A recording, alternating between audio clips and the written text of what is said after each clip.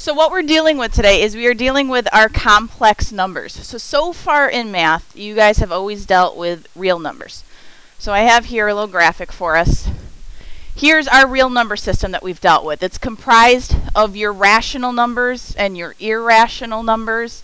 Remember, rationals are the ones that have nice decimals. They repeat a pattern or they end.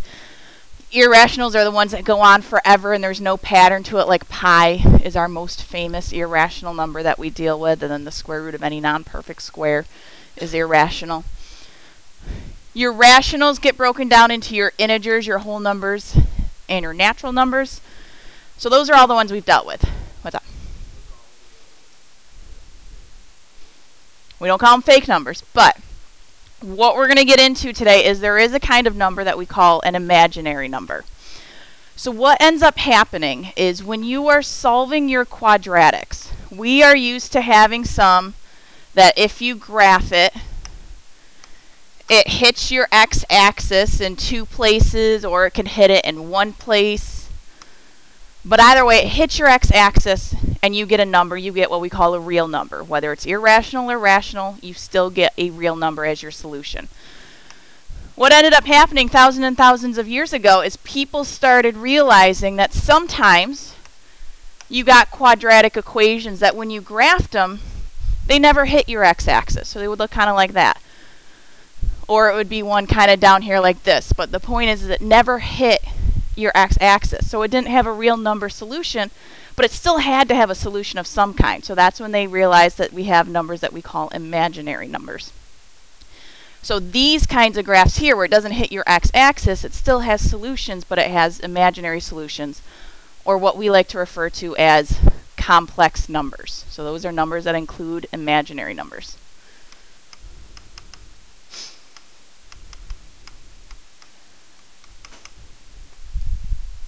So the complex number system has all the same exact properties as our real number. So you can still add them, you can still subtract them, multiply them, divide them. You can do everything you can do with a real number. You can also do with your imaginary numbers. So a pure imaginary number is any number that can be represented in the form of bi. B is just a number.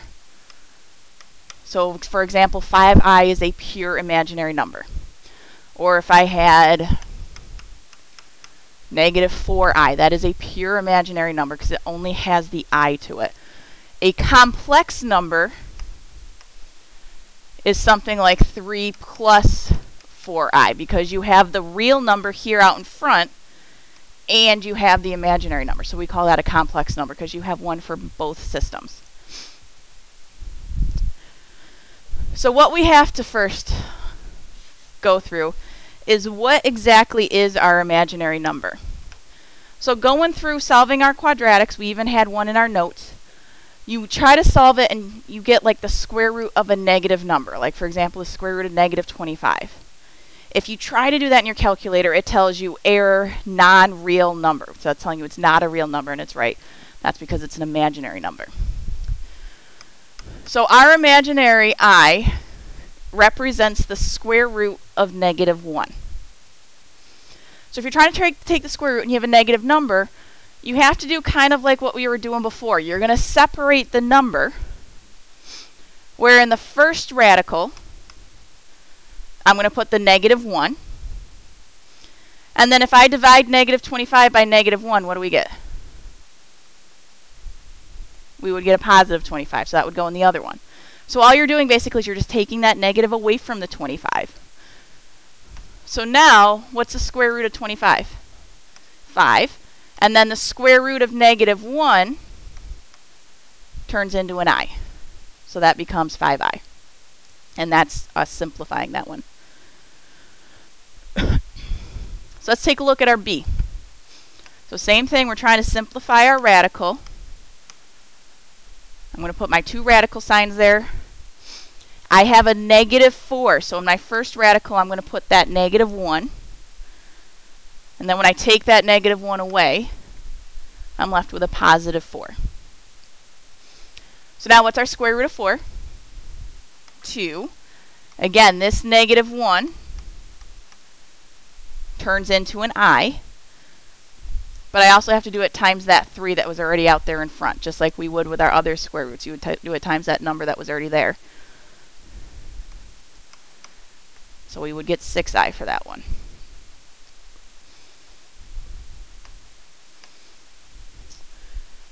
So then our next one's C.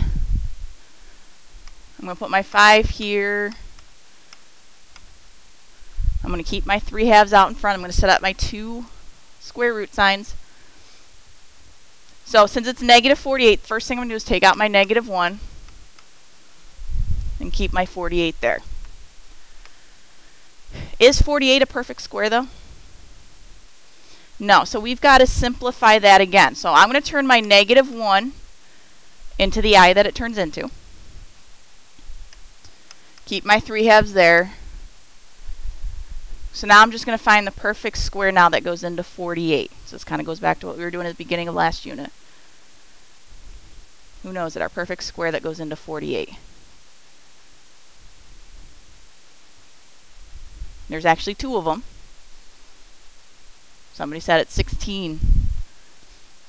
16 times 3.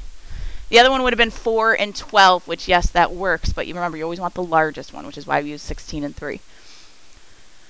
So the square root of 16 is a 4. And we still have to do it times that 3 halves I that we had out in front. I'm going to keep bringing that down. I'm just simplifying my radical for right now. So 3 halves times 4 would give us 6i radical 3. And again, we're just going to bring that 5 down in front. So we have a complex answer for that one because we have the real number 5 and then we have the imaginary number 6i radical 3.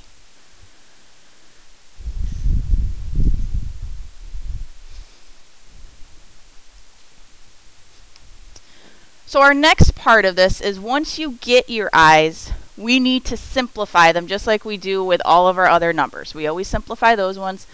You also need to simplify your i's. Now what ends up happening is it kind of repeats a pattern when you're simplifying your i's. So I to the first power is just going to be I. Just like any number to the first power. Like 2 to the first power is just 2. I to the first power is just I. I squared, however, would mean that you're taking the square root of negative 1 and you're squaring it. What happens with that square root and the square? They cancel each other out, so that simplifies into a negative 1. So for I to the third, that means you're doing basically an I squared times an I to the first if I were to separate it, and I separated that way because we already figured out those two, which I squared we figured out was negative 1. I to the first was just I. So we have negative 1 I, or how else could we write that? We could just write it as negative I. So either negative 1I or negative I, that's the same thing. And then I to the fourth, it's kind of like if you did I squared times I squared. So negative 1 times negative 1 would give us a what? Positive 1. So it always follows this pattern. I, negative 1, negative I, positive 1. And then it repeats itself. So if I were to go to the next one, instead of I to the fourth, let's say I went to I to the fifth, that would be the same as I to the first. I to the fifth would simplify down to just I. I to the sixth would simplify down to negative 1, just like I to the second does. I to the seventh would become negative I. I to the eighth would become 1. And then the pattern continues again. So I to the ninth, I to the 10th, I to the 11th, and I to the 12th. And then that pattern just keeps repeating. So it always simplifies down to either I, negative 1, negative I, or positive 1. It's always one of those four when you simplify them. Now some people like using a little bit of a clock reference to help them remember this. So if we put I to the 0 here, I to the first, I to the second, I to the third, and then just like what I was doing, those numbers just keep repeating and they keep following that whole little clock pattern.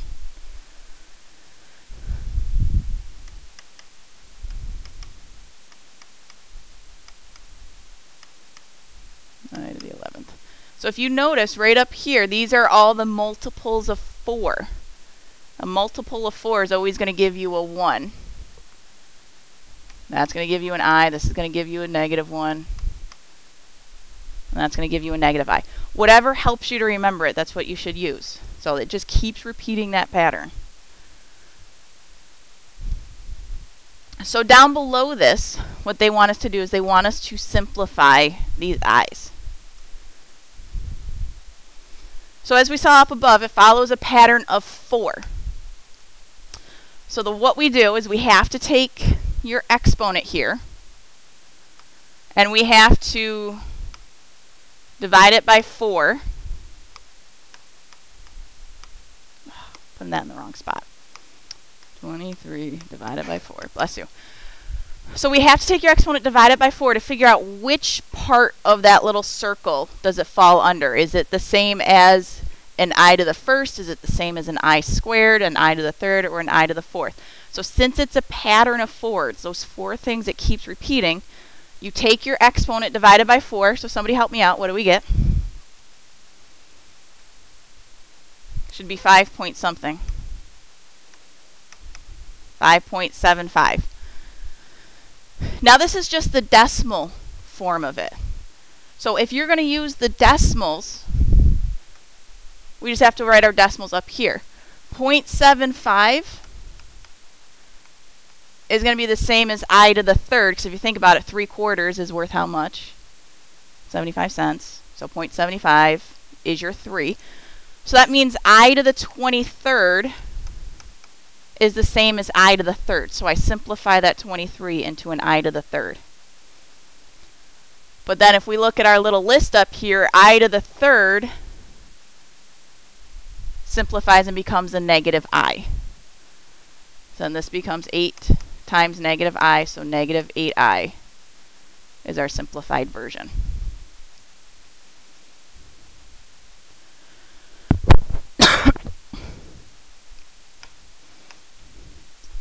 So let's take a look at our next one. We got an I to the 22nd power. So first thing we'll do is divide 22 by 4.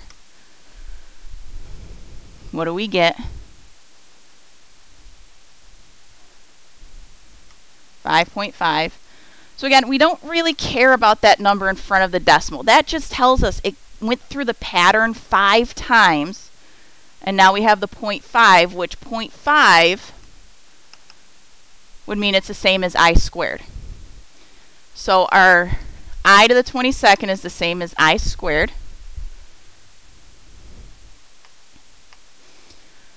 So now we have a 13, so I'm going to do 13 divided by 4. Which, what does that give us? 3.25. So 0.25 is going to be the same as our I to the first. So that means I to the 13th is the same as I to the first. So we have 3 times I to the first. So we just have one more thing to clean up. What is, again, I squared turned into? Yep, I squared reduces down to -1, so this becomes a -1 plus 3i.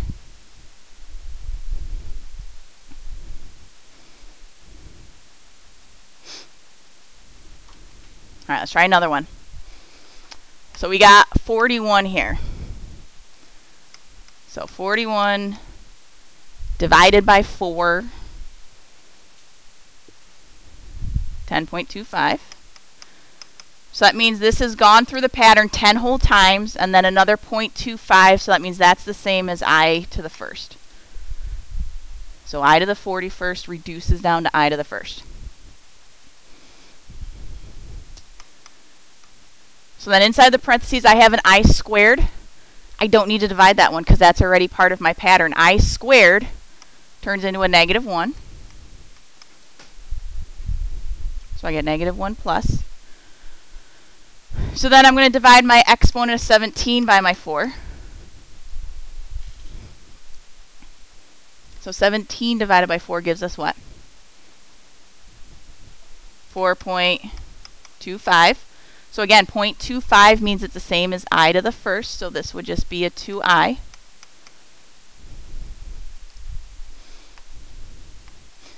So our simplifying rules, those order of operations we've learned also many years ago, tells us we would combine stuff in the parentheses, but I can't actually combine those because I have a negative 1, I have I, those aren't like terms. So I'm going to distribute that negative 3 through. So I stays as I. Negative 3 times negative 1 gives us a positive 3. Negative 3 times 2 is negative 6I. This is going to be a complex answer, yep. So our last thing we have to do is 1I minus 6I would give us a negative 5I. And your imaginary number always comes after a real number if it's there. So it always has to be, in this case, 3 minus 5I. You can't put the 5I first.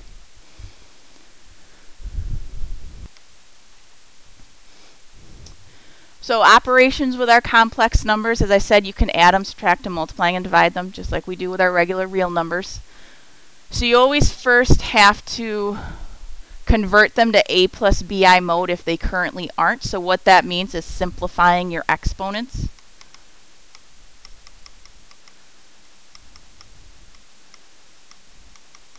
So if you have an I to say, for example, the 13th power, you got to reduce that one down first, and then you can do your adding and subtracting. So then you would actually do your adding and subtracting, or you would multiply them, or you would divide them. So we're going to go through those different ones. So our first example here, we have a nice little subtraction sign in the middle, so we're going to subtract these two complex numbers. So I'm going to distribute my subtraction sign and turn it into a plus, the old add a line, change the signs. I don't know if you guys remember that. So now negative 3 plus a 2 is going to give us a what? Negative 1. And then we'll actually add our i's, so 7i minus 3i would give us a 4i. So that one's done. You just got to add your real numbers, add your complex, or add your imaginary numbers. So let's look at the example next to it. I've got to first take care of my two square roots there that have the negative numbers underneath. So the square root of negative 49 would turn into a what? 7i. And then it's going to be minus 2 times the square root of negative 4 would turn into 2i.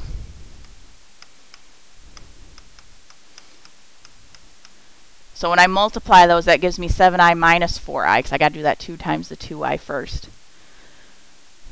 So then our answer would be 3i. 7i minus 4i gives us a 3i.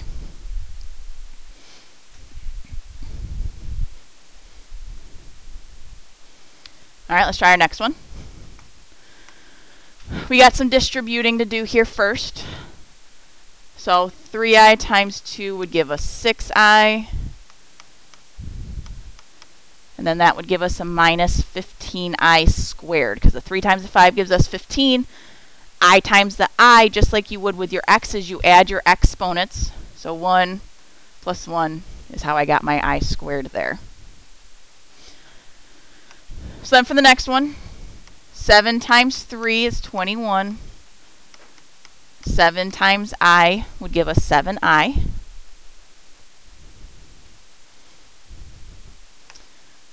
And then these last ones here, 5 times 2 would give us 10. I squared times I to the first. Add your exponents, that would give us I to the third. So now we have to clean this up a little bit. So as we said, going back to the front if you need to, an I squared simplifies down to what? Look on the front if you have to. I squared turns into a -1. So I really have a -15 times a -1 there. That I squared simplifies to that -1. And then I to the third, what does that simplify to? -I. So this is really 10 times -I. So then I'm just going to bring down the other ones. Bring down my 6I, my plus 21 plus my 7I, and then my plus sign there. So then this gives me 6I. This turns into a plus 15 because -15 times -1 is positive 15. Plus my 21 plus my 7I, and then it becomes a minus 10I because 10 times -I would be -10I. So now combining our like terms, 15 plus the 21, that would give us a 36. And then 6I plus 7I would be 13I, minus 10I would give us a 3I. So 36 plus 3I would be our final answer there.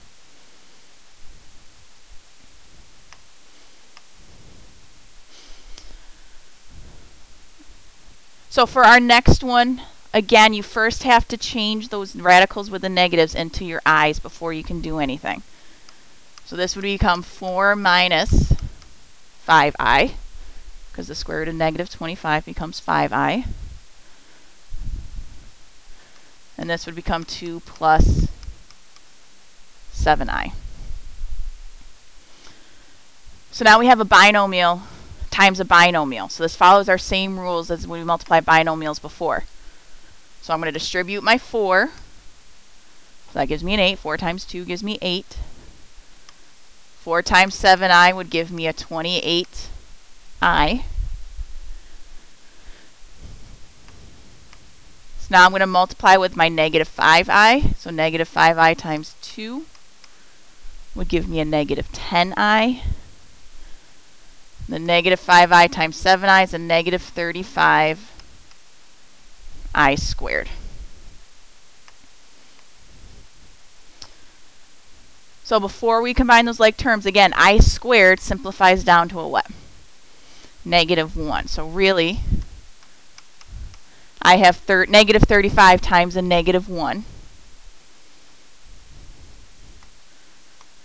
So that gives me 8i plus, combining my 28 and my 10, that would give me an 18i.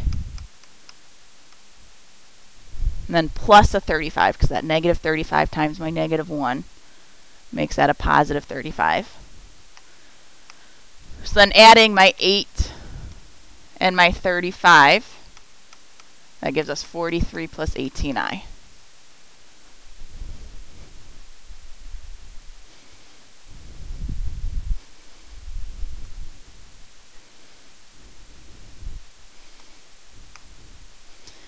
All right, our next one. What do you think we have to do first?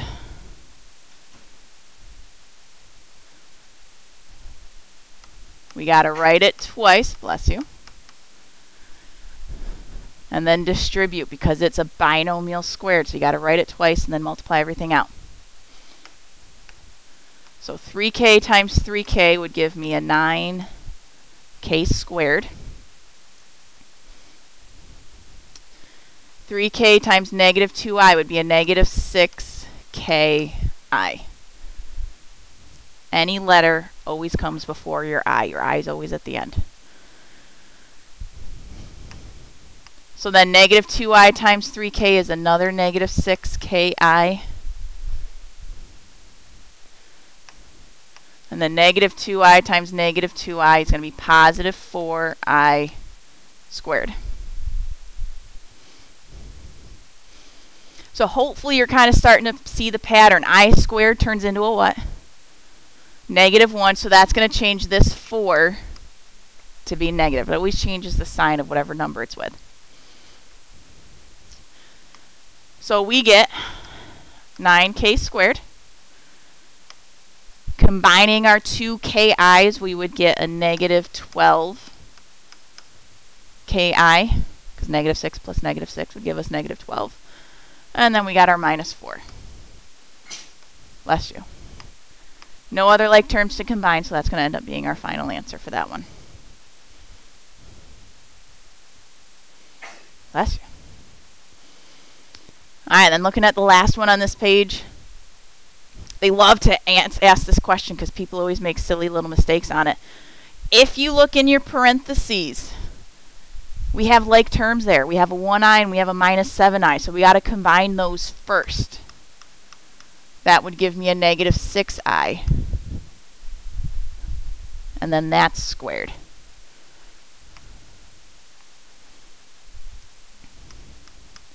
So then negative 6 squared would become a positive 36, because negative 6 times negative 6 is positive 36. And then we got our I squared, which again, I squared turns into what? So then times that 36 just makes that a negative 36. So then when we multiply xi times negative 36, we get negative 36 xi. And that's our final answer for that one.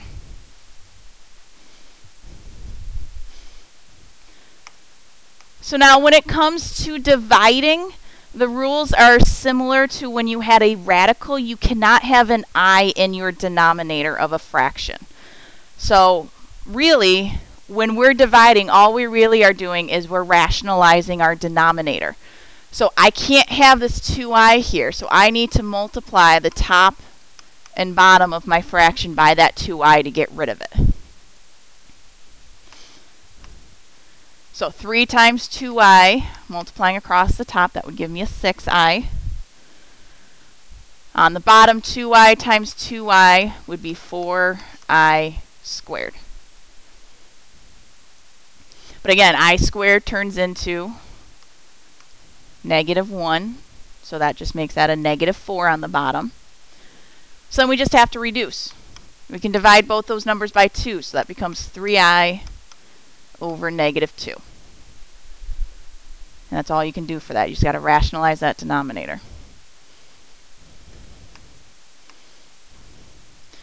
For our next one, when you have a binomial in your denominator, you have to multiply times the conjugate, which means we just change that sign of your denominator and multiply top and bottom. So we're going to multiply top and bottom times 2 minus 4i.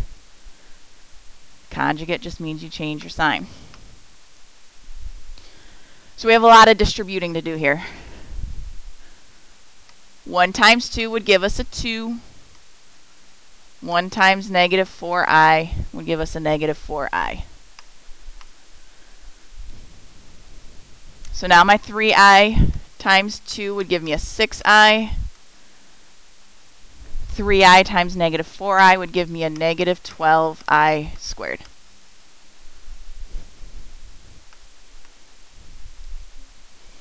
And then we have to do our distribution in the bottom. 2 times 2 is 4. 4i times negative 4i would be negative 16i squared. Remember, the whole reason we multiply times the conjugate is so that there's no middle term. So you just have to multiply the first 2 and multiply the last 2 for your denominator. So cleaning this up again, our I squareds turn to negative 1s. So this negative 12 really turns into a positive 12 up there.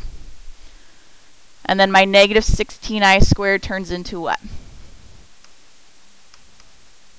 Positive 16. So then combining our like terms, up top we've got 2 plus 12. So that gives me a 14. And then negative 4i plus 6i gives me a plus 2i. And then in the bottom, 4 plus 16 would give me a 20.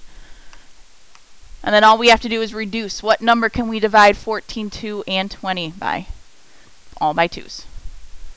So we would get 7 plus 1i over 10. Or you could just write 7 plus I. You don't have to put that 1 in front of the I.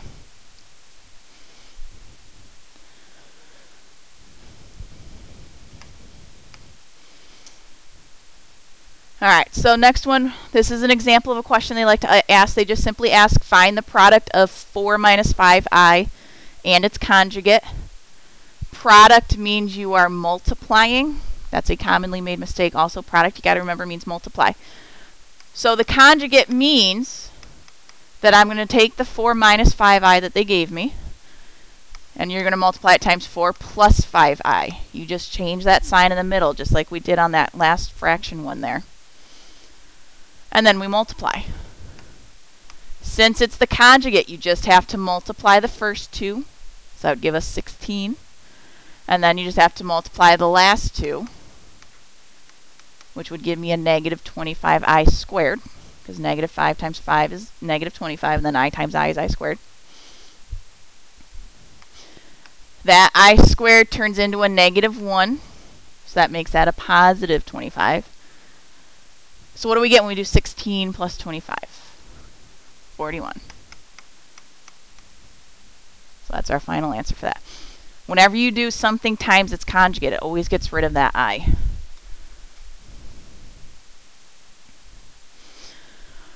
So here they want us to find the mistake.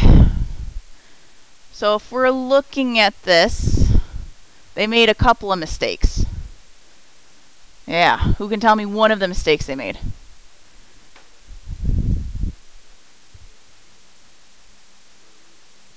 Yeah. Basically, they didn't reduce that square root of negative 16 correctly. It shouldn't be negative 4. What should it be? 4i. That should be 4i. But there's one other thing they did wrong here. Yeah, this minus sign magically became a plus sign. I don't know how that happens. I know people say that they feel like a lot of magic happens in math, but that can't happen. You can't just all of a sudden change that to a plus sign unless there's an actually good reason for it. So there's where our mistakes. They made 2 mistakes there.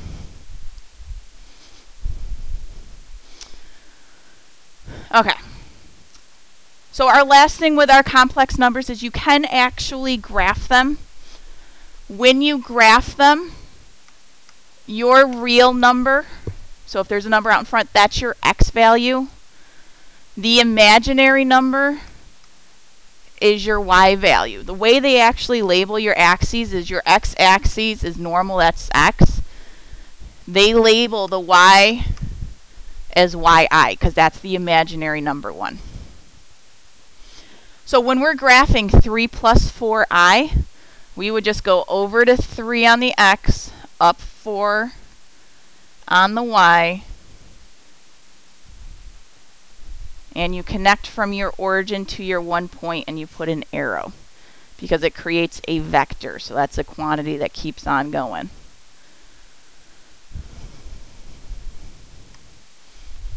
So I'm going to label that as my A. So if we were to graph B, we have an x of 3, but what's our y value? 0, because there was no I there. So that means your y value is a 0. So we're just going to go over to 3 on the x-axis. Draw your line with your little arrow. I'm going to label it as B so you know which one I'm talking about.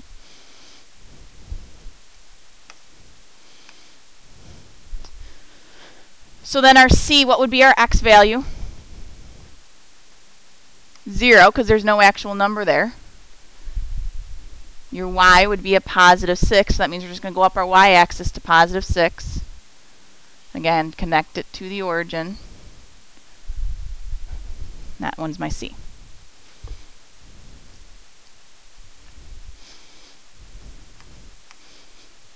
Alright, I think we got just a couple more questions on the back, right? Find the magnitude of the complex number 3 plus 4i. So I'm going to use my graph back down here just to explain this. You guys can stay on that other page. So 3 plus 4i, this was the first one that we drew. That was our letter A. So when they said find the magnitude, they're trying to find the length of that line. So if I were to take this point and I were to connect it down to the x-axis, what shape do we end up with? A right triangle, where this side is a 4, this side is a 3. So when you're trying to find the magnitude, you're just going to use your Pythagorean theorem. Yeah, it will be a 5. This one's a triple. So what I was going to say is you only use the number in front of your I, your real number that you have. So this would end up being 3 squared plus 4 squared equals your x squared. Or if you remember your triples, you also already know that it's going to be a 5. So our length of that one would end up being 5.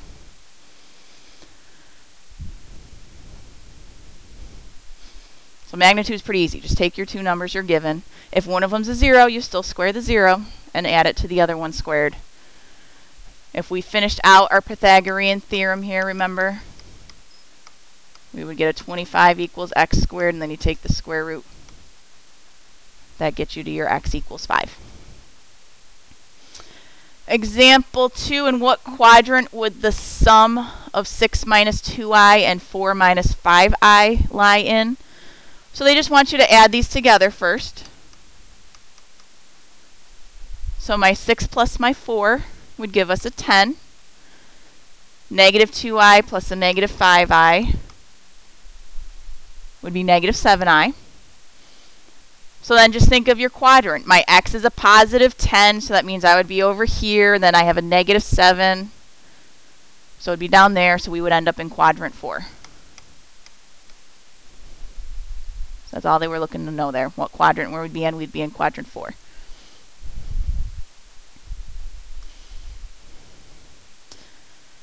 And then they want us to graph the sum of 2 minus 4i and negative 3 plus 2i.